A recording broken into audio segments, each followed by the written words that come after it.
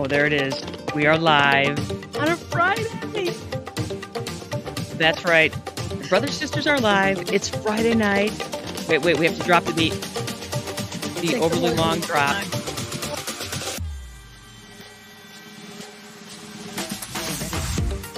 See, that's what happens when you let AI decide when the beat should drop. That's right. The beat should drop much sooner. Anyway, welcome everybody. Welcome to our Friday night show. I am Janice/Jenny Brothers. I am Ann Brothers. And we are the Brothers Sisters, and we are live. The Brothers Sisters, smart, dumb, fun. All right, I'm going to take out our fantastic music, and there you go. So here we are on a Friday night, and we are here on a Friday night because we've got special guests today. And we will bring out our... I know. We have Michigan Storm Chasers with us. Michigan Storm Chasers. We will do all of our introductions in a minute, but this is a very exciting Friday night. And let's face it, you guys, you're not doing anything. You're like, you went out to the bar at like 5 o'clock and now you're home and ready for bed. But before you go to bed, you could hang out with the Brothers Sisters and Michigan Storm Chasers. So, so we're going to cut our normal stuff a little bit shorter, not too much shorter, but we're going to jump right into the slideshow today.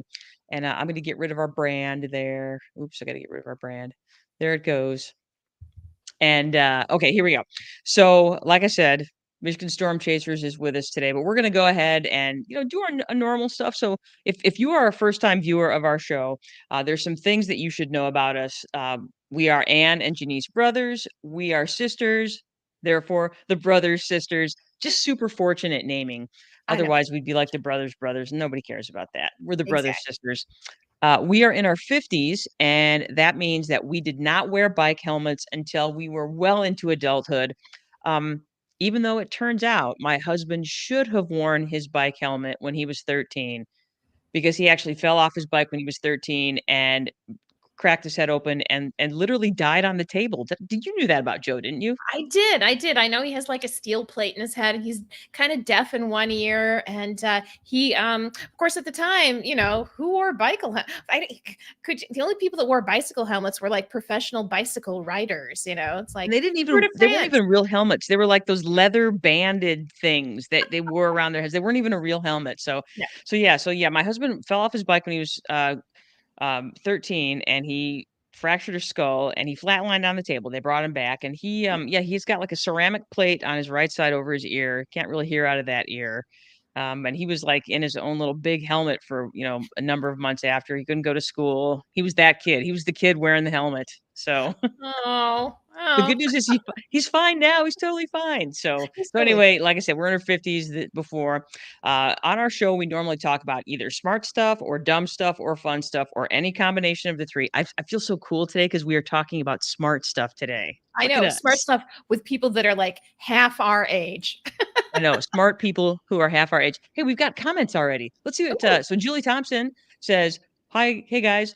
Hi, Julie Thompson. We're going to bring our Storm Chasers on in just a minute. Thanks for joining us today. We appreciate you. We just want you to know that." All right. So a little bit more about us. We are not cool or hip. We know this because we both carry emergency kits in our car, which includes paper maps and paper atlases and probably some sort of food that will keep us from starving to death in a blizzard. And it's usually something gross that you won't eat unless you're starving. Like for me, it's a bag of circus peanuts. Anne? It's anything that doesn't have chocolate in it. Yeah. Smart. Yeah. Smart move. We're not sexy podcasters. Please note what we just said in number 5, because we both have gross snacks in our car for when we get stranded in a blizzard. We are not a murder celebrity, or we are not an influencer podcast.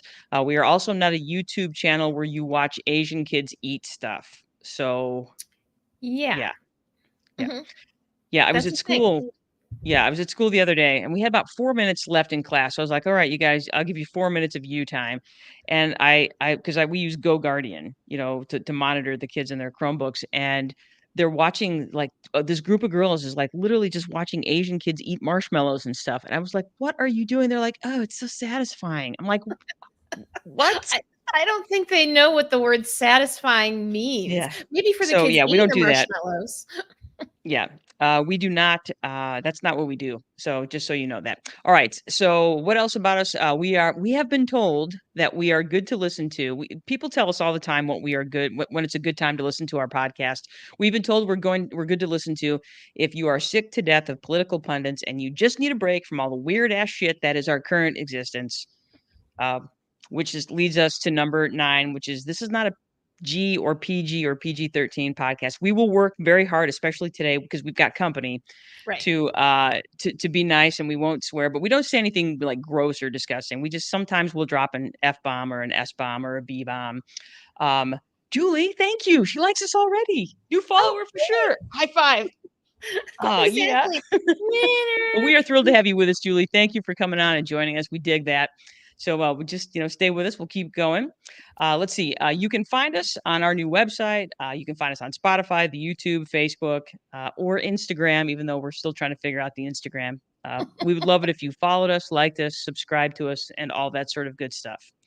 All right, that takes us to our next thing. So, like I said, every week that we do this, we try to talk about something smart, dumb, or fun that happened to us this week. And we're going to start with you. Uh, Something fun last night. Tell us about it.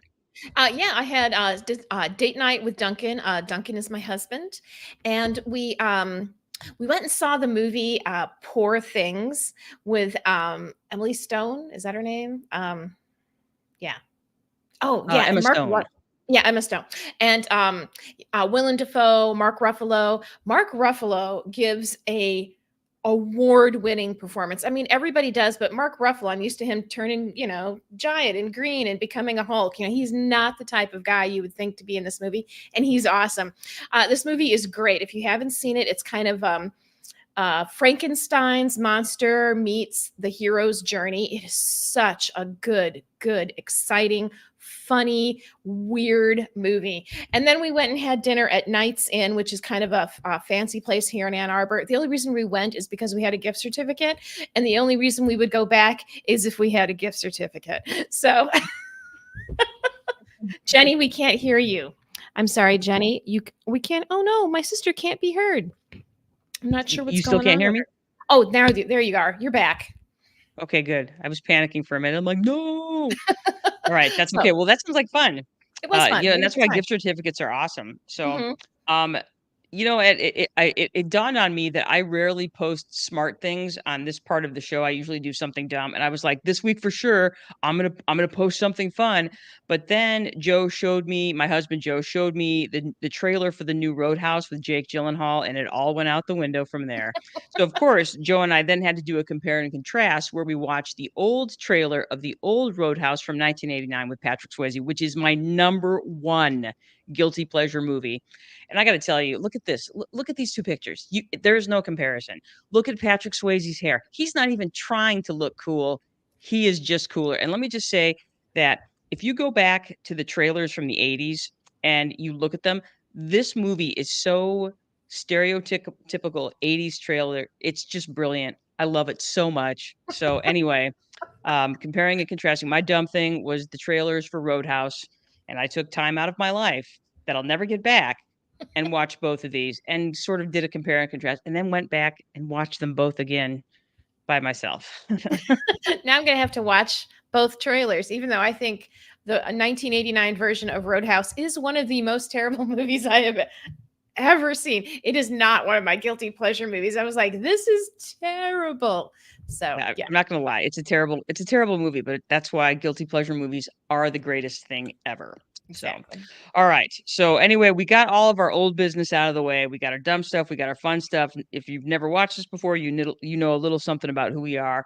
So now let's get our guests in here. The Michigan Storm Chasers. Everything you have ever wanted to know about Michigan Storm Chasers, but we're afraid to ask. So let's bring them in. We've got a whole bunch of them with us.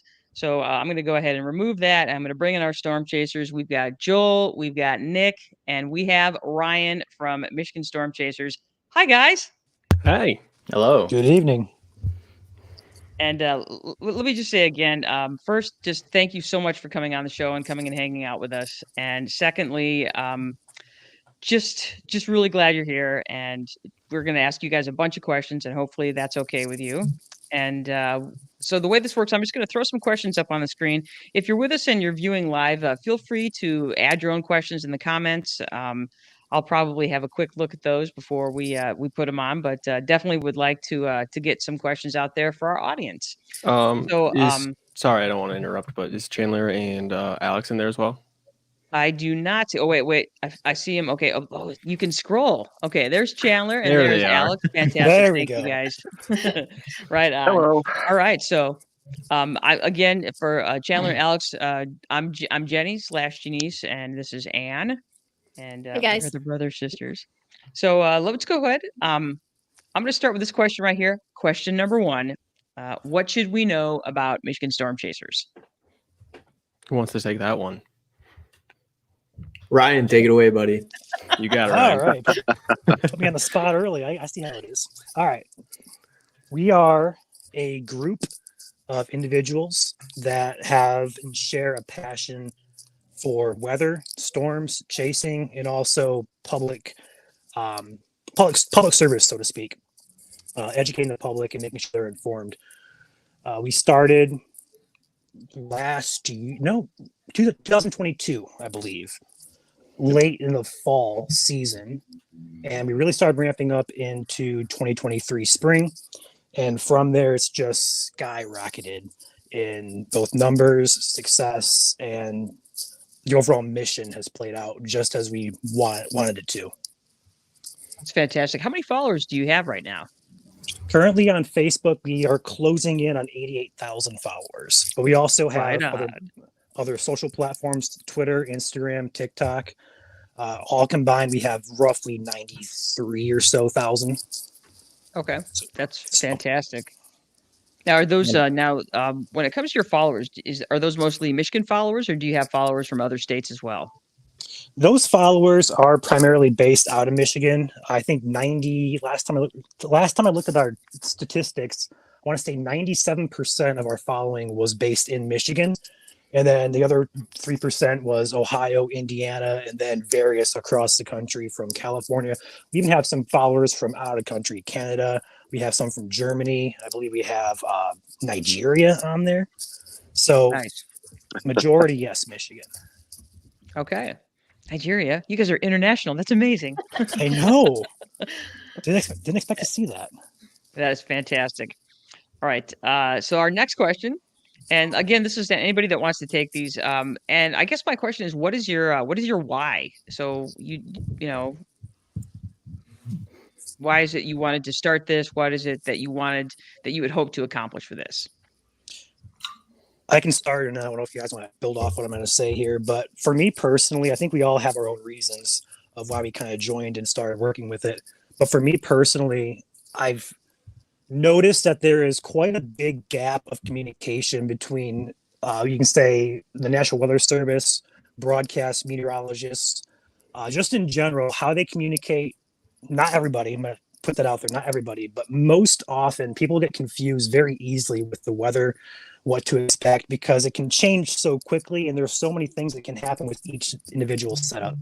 So part of the reason why I wanted to make MSC and build it the way it has been was one, bridge that gap of communication that I felt that needed to be bridged, but also B, I noticed there's a large rise in misinformation on social media of, we'll say, hype, clickbait, stuff like that. And I didn't want that to be Michigan Storm Chasers. I wanted to give an honest approach to the weather without having all the clickbait thumbnails or, the hype forecast, stuff like that. And also the third is nobody in Michigan, to my knowledge, does what we do, where we have somebody at home base streaming radar updates, keeping an eye on things across the state, while we have 4 other guys plus our partner network who's out live chasing, so people can get a real look at the storm. They don't have somebody in front of the TV looking at radar. They have a live view of the storm, which can actually aid in the warning process and actually help people visually connect it and say, oh, I got to take shelter. That's coming towards me. But those are my three main reasons why Michigan Storm Chasers, why I personally wanted to begin it or start it. And if any of the guys want to join off on that, they're welcome to. I would just say that that's a really good way to phrase it. We're not here to take the place of the National Weather Service. We're not here to take the place of the news, right? The news is still a very trustworthy place to get your local weather information, and so is the National Weather Service. But when there's a certain storm going through a certain area, the news can't just break in because it's thunderstorming outside, right? So our job now is to bridge that, like Ryan said, bridge that communication gap first and foremost, but also bridge that educational gap and keep people protected. Our mission statement is to have people covered from beginning to end. And, we take that personally with almost every single event and showing of inclement weather that there is. Awesome. Yeah. I love that. This is Alex. Can you hear me? Oh yeah, Yeah, we sure can. can. Cool. No, I just wanted to kind of touch off that. And because a lot of the times when we get severe weather events, from the Weather Service perspective or from the news agency's perspective, news media, they can only update so often too.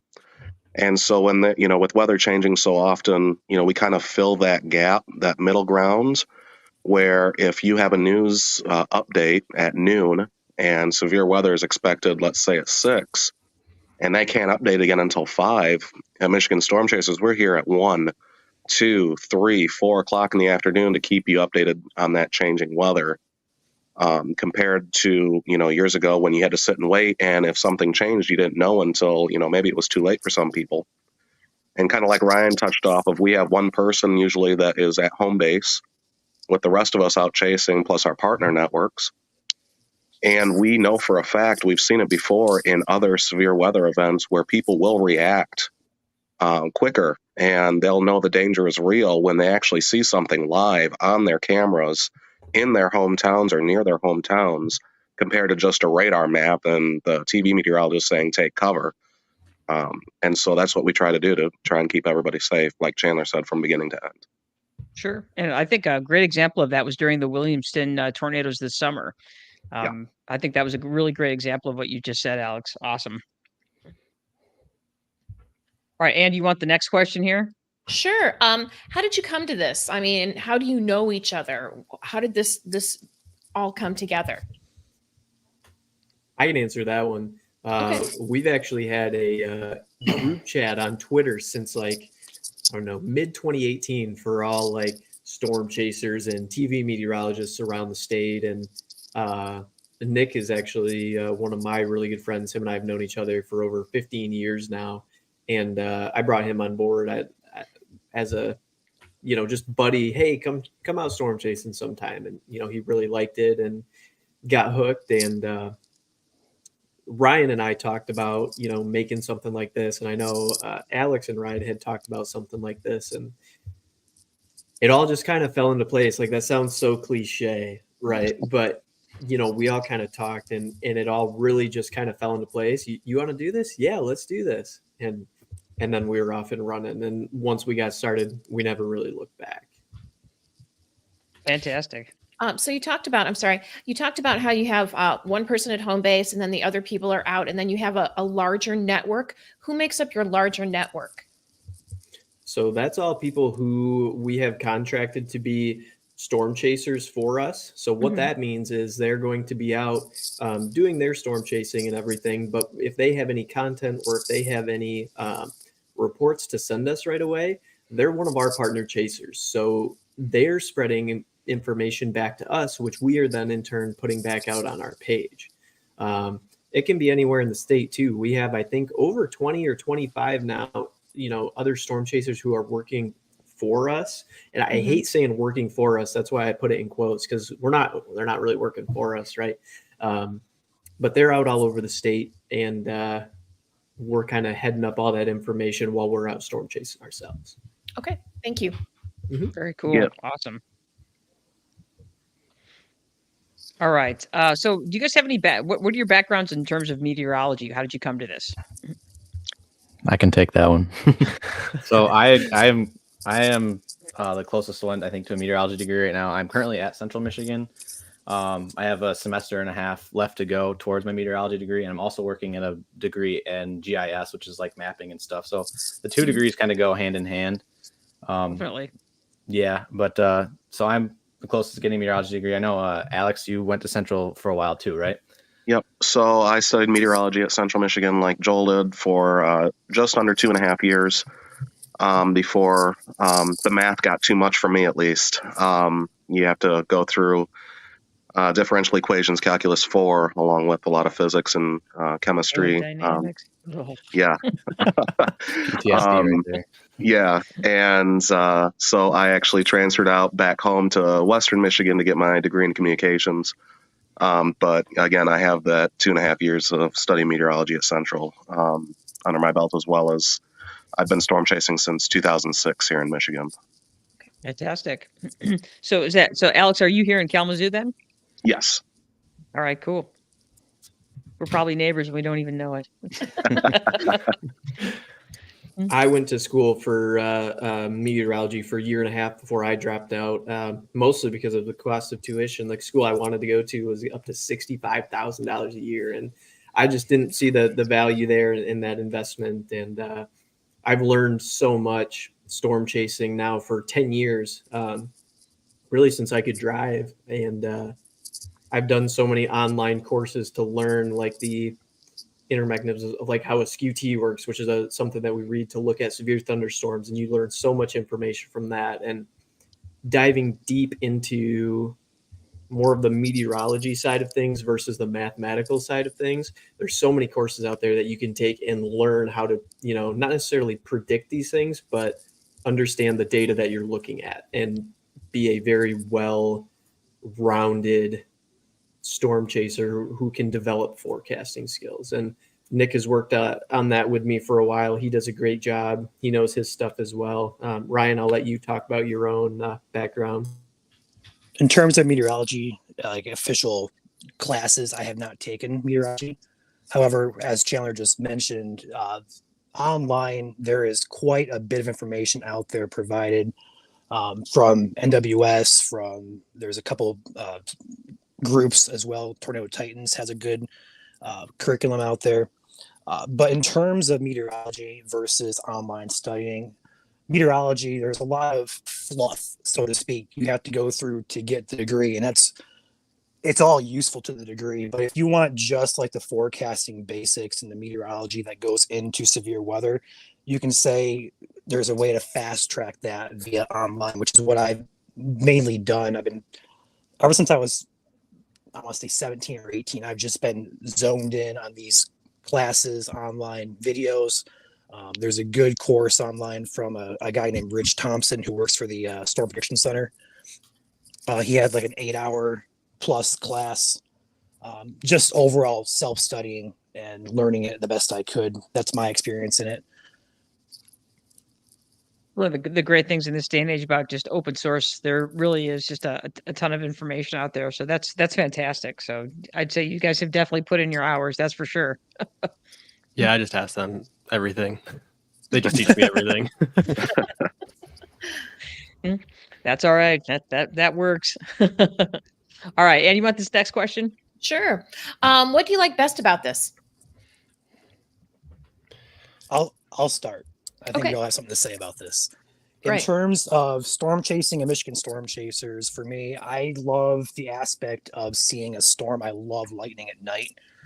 But in terms of the actual side of Michigan storm chasers, I think at the end of the day, it's not about numbers. It's not about glory, fame. It's not about the actual part of chasing. It's about being able to help your neighbor, because there are people in this state who have major severe anxiety when it comes to these storms, and being able to be knowledgeable and share that knowledge and say, hey, you're going to be okay. We'll get through this. For me, that personally hits home for me, because growing up, I was always the one who would hide in my bed. When I was a kid, I'd cry for my mom anytime a storm would come through. I hated lightning. I hated thunder. So I kind of understand the aspect of storm anxiety. So being a part of Michigan Storm Chasers and being able to help the public in terms of also being prepared, educated, but also at the aspect of saying, hey, we're going to be okay. We're going to get through this. So that's what it is for me. It's awesome. I would say, Ryan, it's so funny because I've always been fascinated by the weather, but my love of weather was born from the fear of weather, for sure. I can completely relate to that anxiety when I was young about storms, and and part of it was that was one of my first memories was being in a tornado when Ann and I when we were kids back at the farmhouse back in the day. I do remember, just that moment of I was very young, but still have that memory tucked away somewhere. So. That's great. Right. Anybody else on that question? I would like to I say, have something to say, but go ahead, Joe. I was gonna say I just like hanging out with a great group of guys, guys who know what they're doing, guys who know how to forecast and stuff like that. And then like if anyone's ever like busy, then one of us can like help pick up the slack for them. And usually that happens when we are storm chasing. Like some days, these guys here mainly all have part or full-time jobs, and so not often they can get on every day when there's severe weather. And so usually like I'll step in away from my classes and stuff like that, and I'll jump on, or if I'm at class, and they'll do the exact same thing for me or any of the other guys. So that's what I like most about that, is that we're always filling the gaps when needed. Cool. Yeah, for me, the thing that I like the most is the differences in people's lives that we're making, whether we know about them or not. We've been very fortunate. We've done 2 meetups with some younger people. We just did one with a 12-year-old, and I did one last fall with a 8-year-old, maybe 9. I don't remember how old he was, but it's a meetup like that changes the course of somebody's life, right? They meet us as a kid, they go, oh my goodness, that was so cool. Now all I can think about is weather. So now all of a sudden they're working towards math and science in high school, doing the extra classes and going into a STEM field and pursuing it in college, right? And not even stuff like that, but while we're live streaming, when we had those tornadoes going last year, we had over 6,000 people watching our live stream. And if we just helped 1 or 2 of those people not get in harm's way, or maybe take shelter when something was coming, or even check on loved ones, right? After all that went through, those differences that we're making, whether we know about them or not, that's really what drives it for me. Yeah. Excellent. Yeah, I'd have to agree with all these guys. Definitely seeing the changes that we make in people, not just from behind the scenes when we're chasing or making forecasts, but from what we've seen so far. Like Chandler said, the 12-year-old girl, we were able to see how she sees storm chasing as a young girl growing up. How Chandler saw with the 8-year-old boy the year before. When we go to libraries and do talks, to see the crowds get excited and interested in weather. To the parades we went to last year, seeing people excited to see us, as we're walking by, and I'm a little older than these guys, not as old, not too terribly older, but 33. So I remember as a young kid, seeing Twister in the movie theaters. And that's kind of what, solidified me as a 7-year-old. I was just sitting there in the movie theater with my parents, just blown away by that movie. And a lot of kids in the late 90s were blown away by that movie. And it kind of increased overall in the country, the interest in severe weather and storm chasing in general. As you move on years and years later, it kind of, in the mid to late 2000s, kind of dwindled down a little bit, where we're starting to see a little bit of resurgence on social media and across the country again with meteorology and severe weather. And the more people we can get into those STEM type fields and meteorology fields, the better, just for education and for awareness across the country. Well, and I think what you guys are doing is something that everybody can relate to. We all are affected by the weather. It's usually the first thing we check in the morning. It's something we check throughout the day. So it's the start of a conversation. Hey, how about that storm? Or hey, how was your drive because of the ice? So I think this is really cool that you can bring so many people together over this one thing, and everybody has a story about the weather, and how it affected them. So. Thanks. This is really interesting. I love this. All right. Question number 6. Okay. So we just talked about the things that you love about doing this. What is the hardest thing about doing this? Being wrong. Setting up in the wrong spot.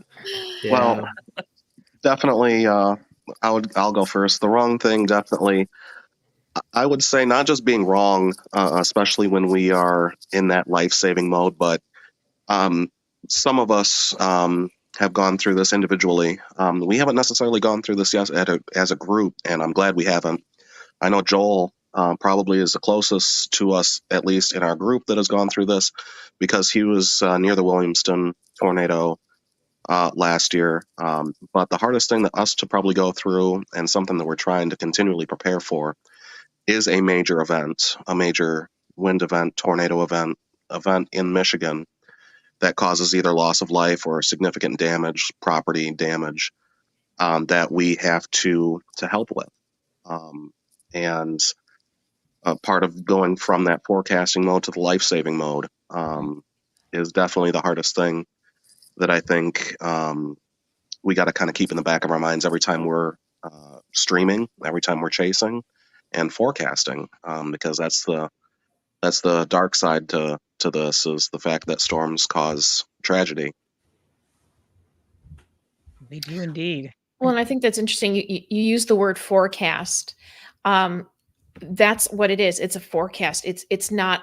You are using the best information you can get to make a prediction, but it's never going to be 100% correct. And that's that's one of the reasons why weather is such a complicated thing, and why there's so much math and physics involved, because it is, it has this common, feels so common, but it's such a chaotic thing that it's impossible to always be right. It's just there's too many variables. So you do the best you can. Echoing off that, one of the harder things in this field is also getting a forecast wrong, as Chandler first shouted out there. Because when you have 88,000 people who follow your page, they're anywhere from Detroit to Flint to Saginaw to Gaylord, up in the Marquette area, all the way over to Kalamazoo, Grand Rapids. They're everywhere. They're not just in the affected areas. So being able to properly communicate, and also communicate the threats, because for example, back on August 24th, the day of the Williamston tornado, the forecast we posted that day was actually fairly strongly worded. And honestly, it having, like, if I could go back there and redo it, it probably would have been a little bit more strongly worded. But that's the nature of this, as you said, because it's so hard to predict these events to the T for the entire population of Michigan. So a lot of the harder things in this is also getting the feedback from people, hey, you got this wrong, getting the negative feedback that people are going to, it comes with the job. Right. And that's one of the harder things to do and also to deal with, is the feedback, and also just owning up to, hey, the forecast was wrong. At least you're prepared for the worst. Okay. That's what we'd rather have you prepared than underprepared. A lot of people don't understand that. Exactly. 100%.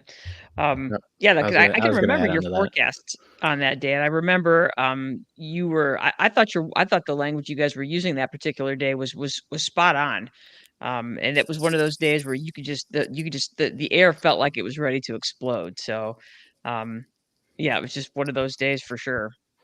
But I think one of the things that you just talked about, and I have I do like to read the comments about stuff with weather that comes through, and people can be really harsh, but I think it's really easy to oversimplify the weather and what's happened. If people really understood, the models in the atmosphere, what's happening at each level of the atmosphere, they would think differently about what this is. So yeah, even though being wrong is a tough thing, I think you guys are right a lot of the time too. So I was going to add on to that briefly. Yeah, go ahead. Oh, I was just going to say another thing with the forecasting is obviously Lake Michigan and the other Great Lakes surrounding it. That makes it a little difficult. But in terms of chasing, the hardest thing I think is in Michigan, there's a lot of river valleys, a lot of trees. And so sight lines when actually going to spot storms is tough. Like when the Perry tornado hit 2 weeks before the Williamston tornado, I had a view on it, and then I lost it because there was hills and trees. So again, Michigan, it's not the plains by any means, but we chase with what we got and what we can do. And I know I just got a drone this year, so hopefully that'll reduce the sightline thing.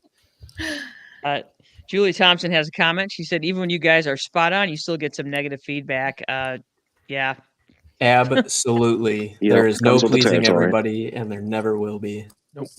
Very true. That is a very true statement.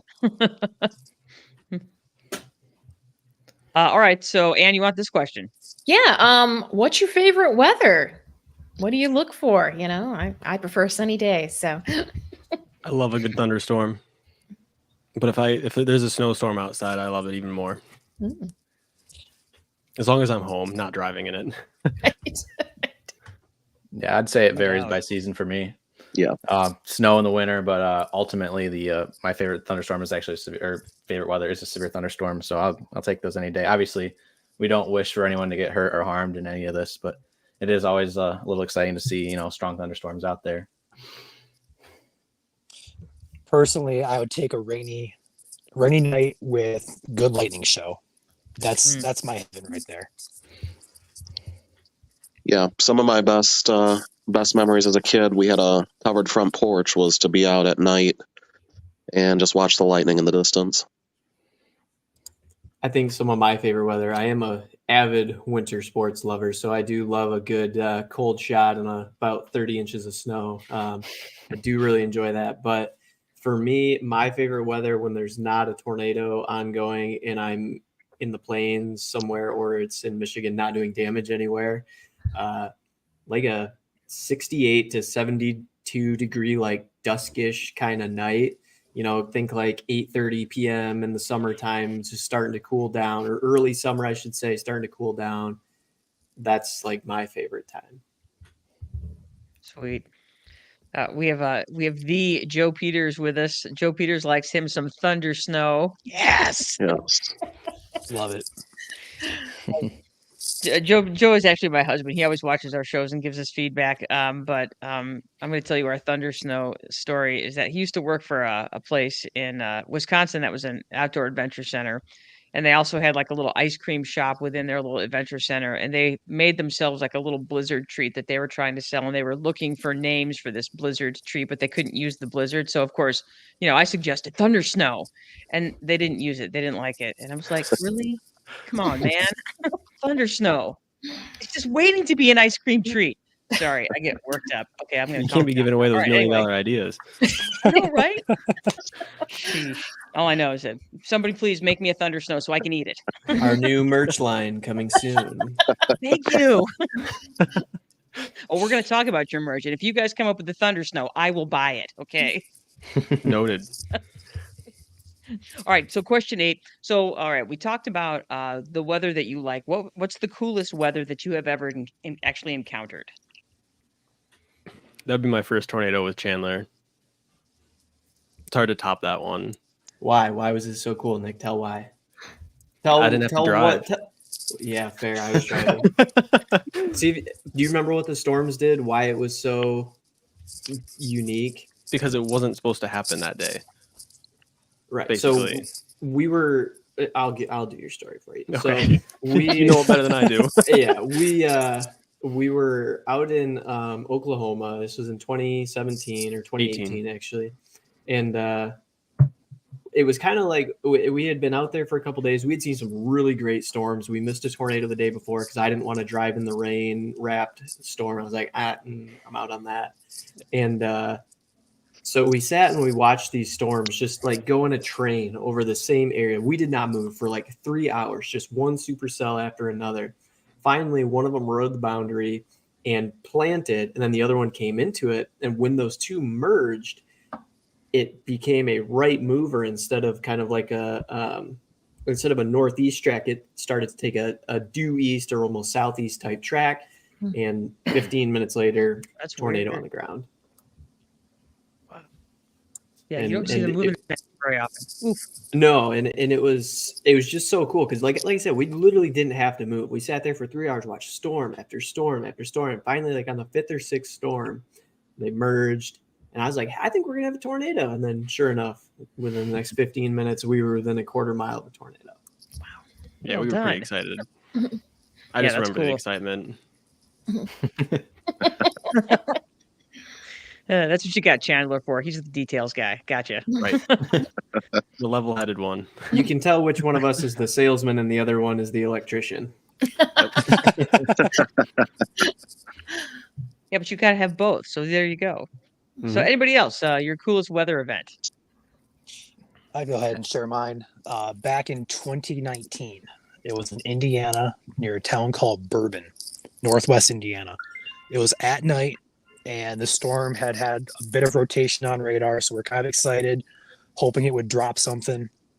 It was like 10:30, 11 o'clock at night, and we got out ahead of the storm. It was a pretty slow moving storm, so we got out ahead of it, moving at us, pulled off on a dirt road, got out of the car, wait for lightning to light up the sky. Huge shelf cloud, really structure worthy, picture worthy storm.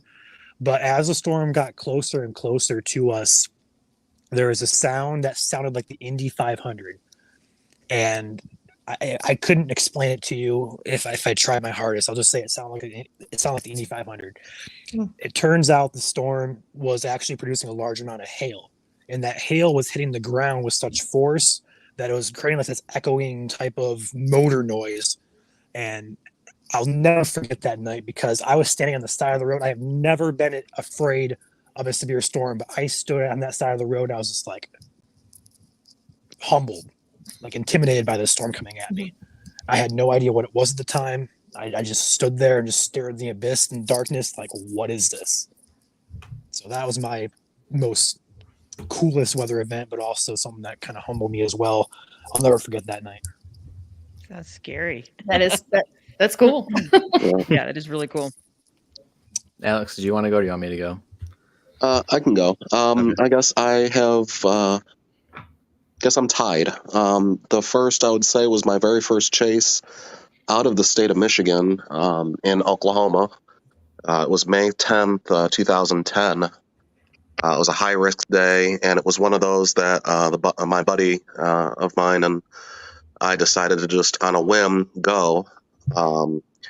We saw the forecast the day before, and it was a good enough risk that at about 6 p.m. the night before, we're like, okay, let's go. So we got in the car, me and him, and started driving, drove all night, and took turns driving, and we got into just south of Kansas City the next morning when it became a high-risk day in Oklahoma, which are, high-risk days are, the highest level that the Storm Prediction Center gives out in Oklahoma. That just means it's a bad day coming. And it was funny because when we were going in through Kansas, in through the morning, 10, 11 o'clock in the morning, it was foggy. It was like 50 degrees and foggy, misty. And we're just starting to think like, did we make a mistake driving all this way for fog, mist, rain, and 50 degrees? And we crossed from Kansas into Oklahoma, and it was like flipping a switch from fog, mist, 50 degrees to sunshine, 75, and the strong, strong wind. And we got into northern Oklahoma near Bartlesville and stopped. And this was a little afternoon, and we both just took a power nap. We're like, we got to take like a nap or something like that, or else we're going to be dead here. So we took about a 2-hour nap, and we got woken up to our phones going off to a tornado watch that had just gone out. And so we drove southwest of Bartlesville to this small town called Winona, and parked outside of town, and we were just waiting to seeing these storms starting to explode off to the south and west. And this is back at the time before, smartphones became really, really popular. And in Oklahoma, there's not that much signal anyway. So we were kind of stuck. And it must have been just sheer luck that as we were sitting there, a volunteer firefighter for the little village of Winona came up following behind us, and in his best Oklahoma accent said, "Y'all storm chasers?" And we're like, "Yeah."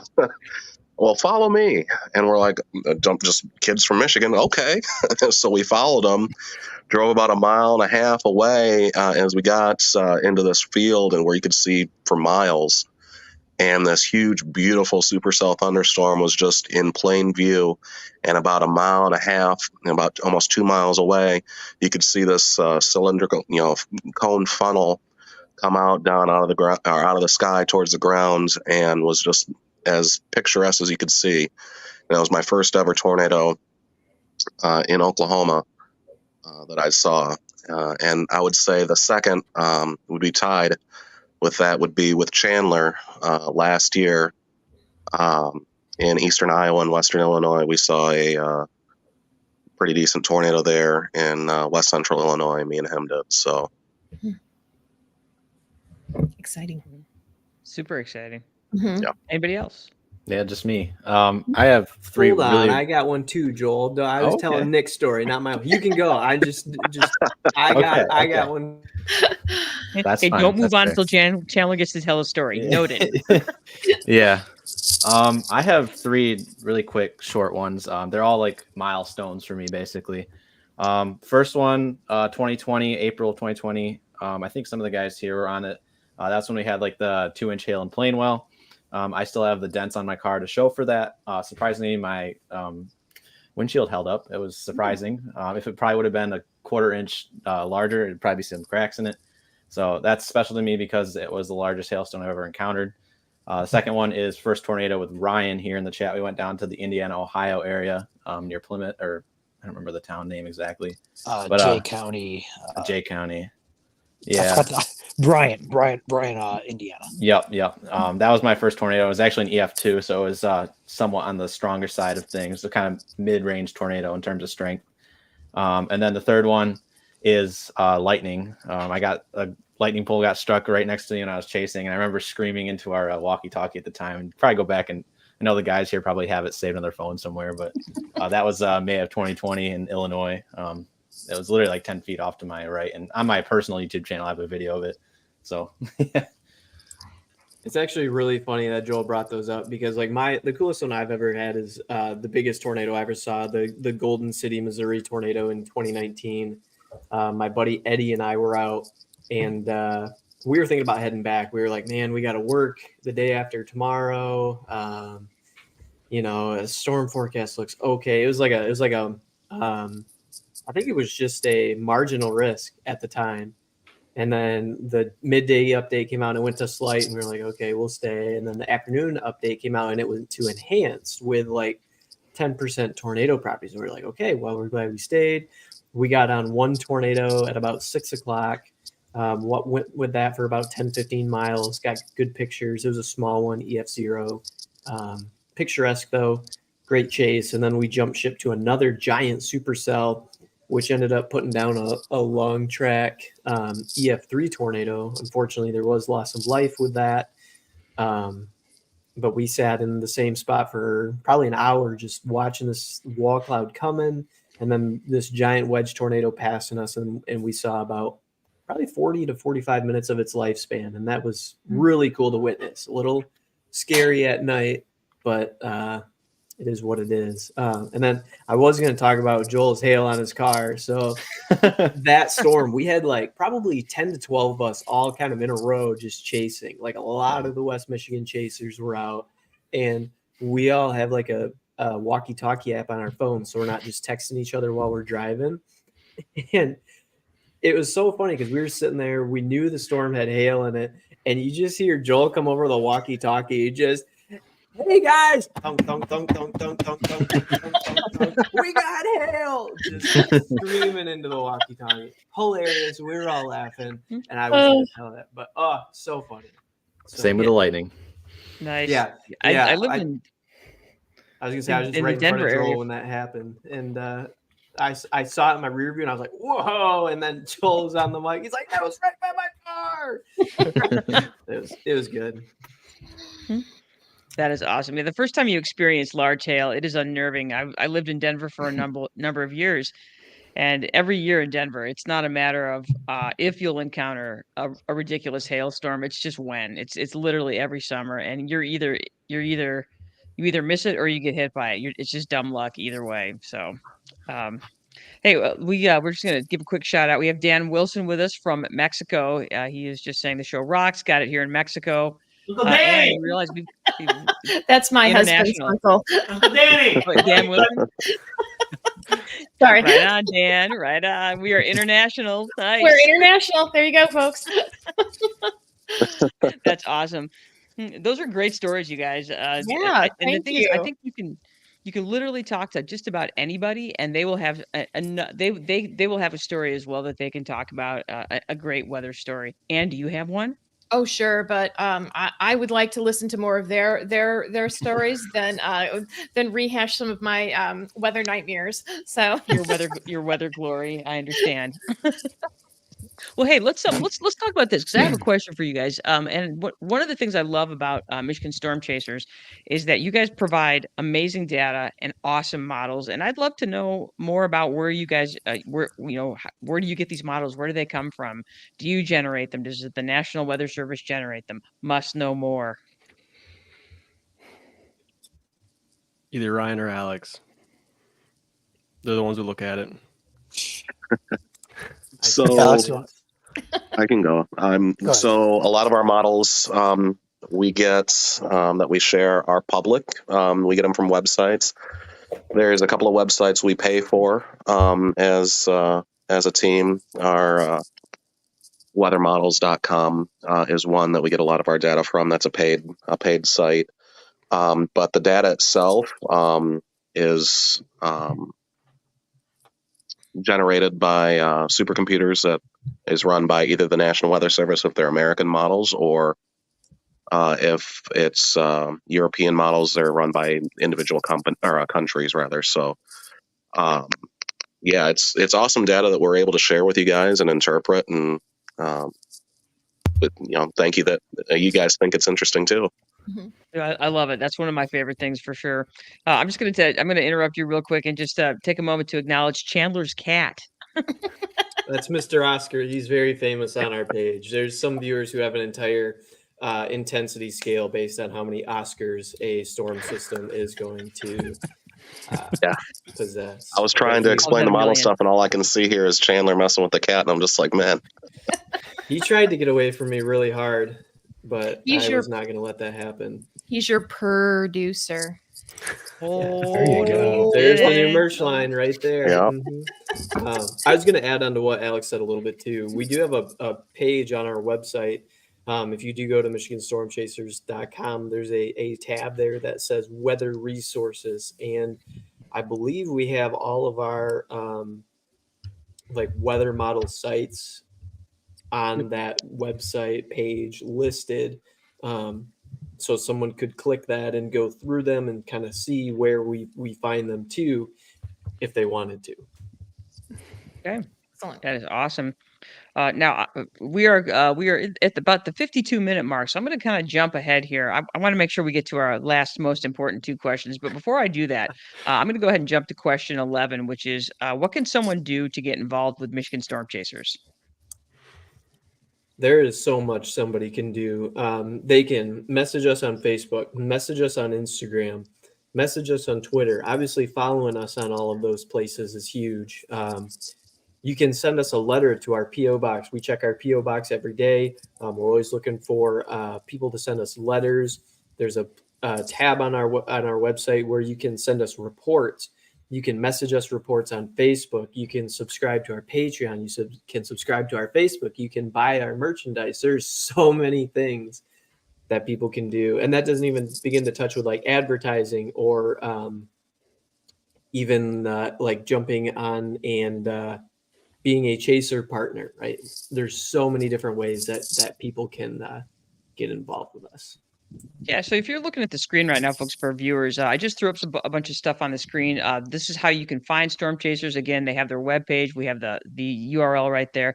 And we will go ahead and post these things on Facebook to make sure that you have these resources if you want to learn more about them. The webpage, they're on Facebook, YouTube, Instagram.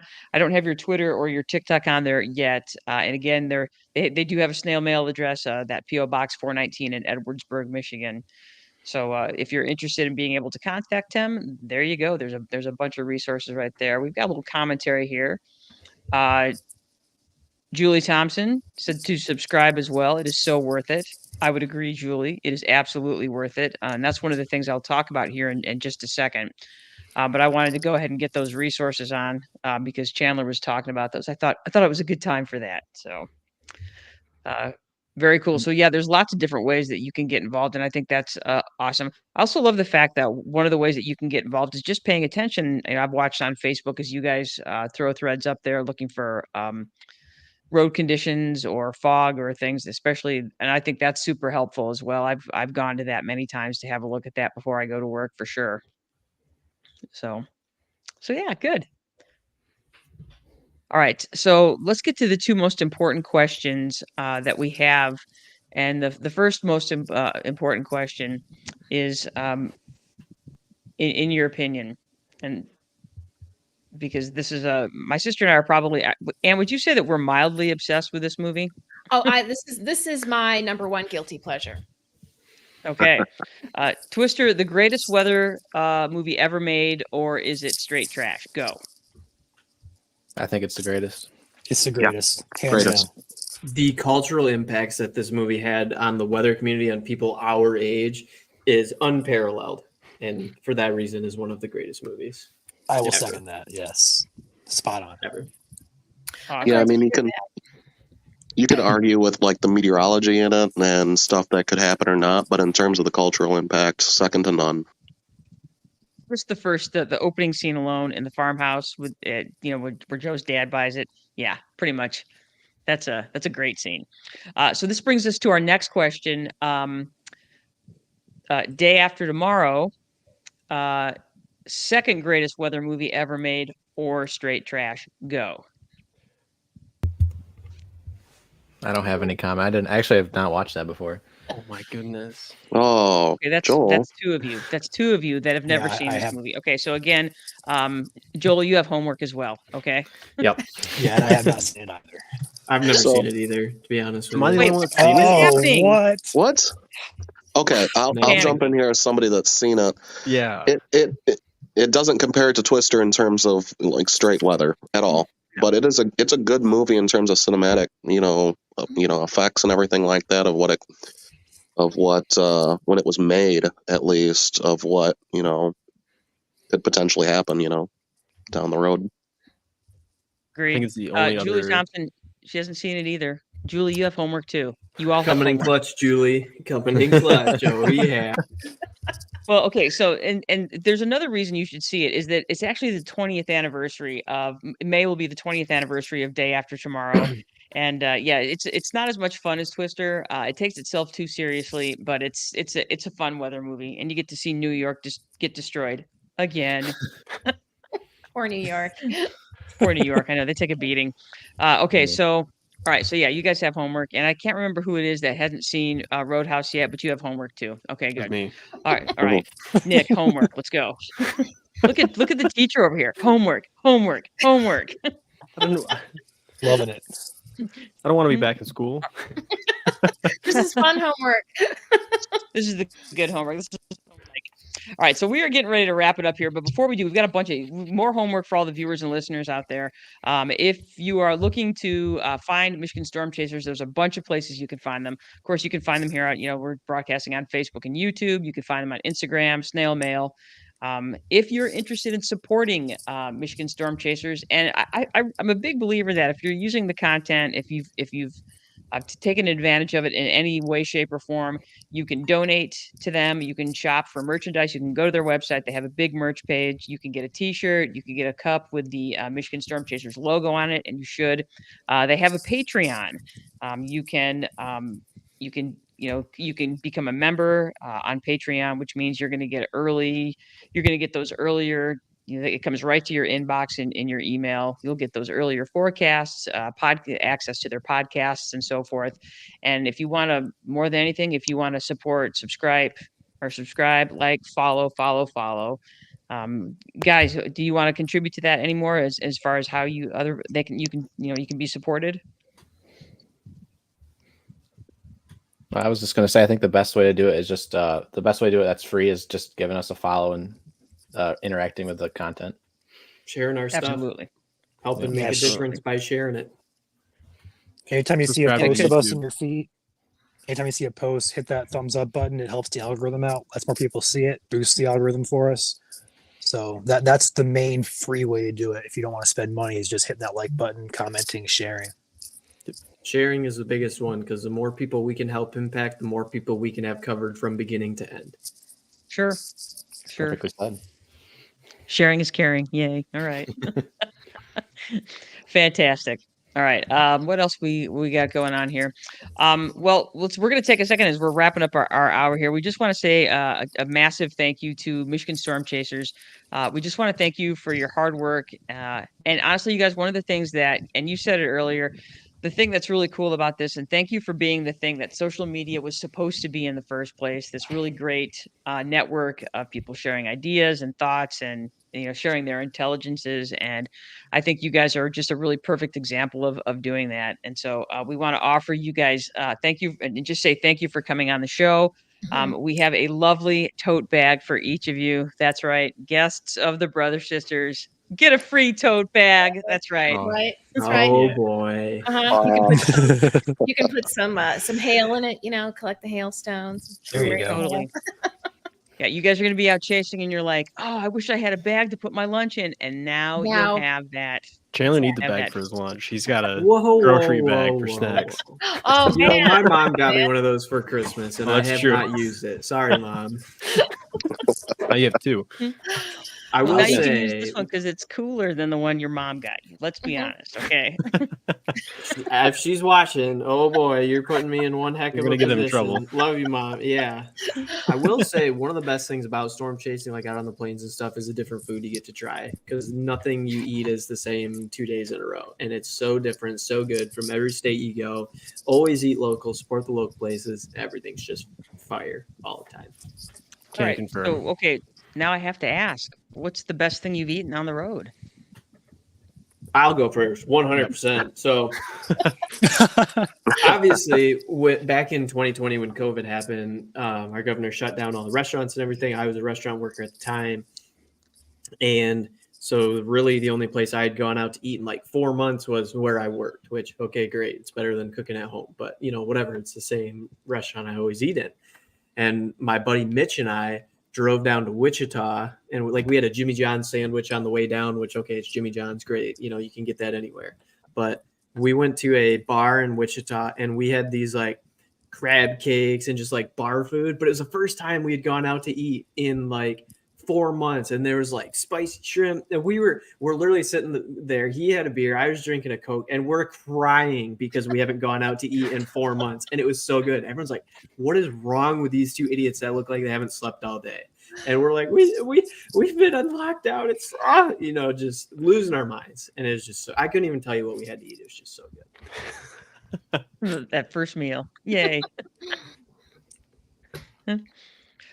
That is because Anna and I are both eaters, and we tend to have everything we talk about usually revolves around, because we have traveled quite a bit together, and it usually revolves our when we talk about the places we've been, it almost always includes what we ate. What So we we're going ate, to Chicago in March, and basically just revolving around just where we're going to eat when we get to Chicago. So totally get that.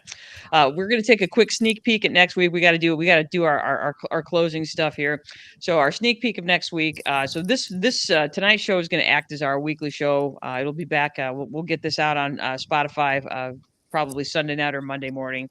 But we are going to go ahead and do the show next week that we were going to do this week. So we're going to have there's no football next week. It's February, so you might as well take a little time, and we'll take a look at some of our favorite crappy movies, including the best crappy movie ever, Roadhouse.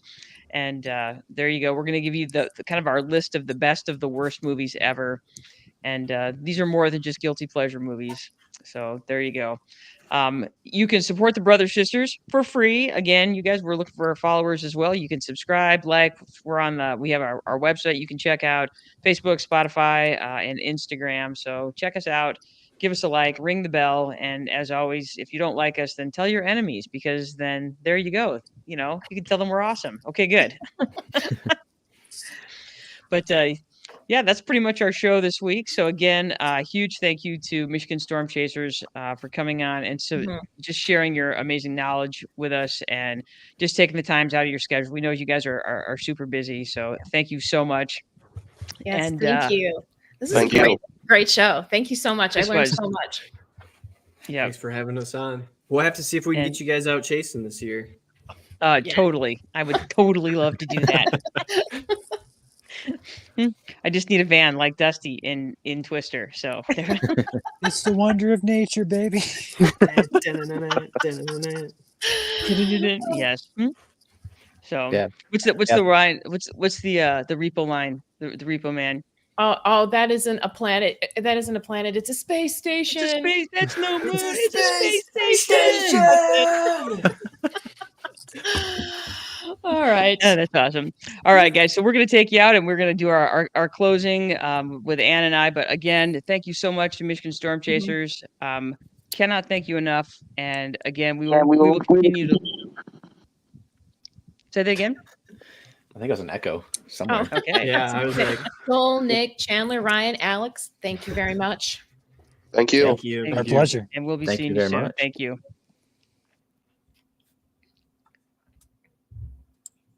I'll try and leave.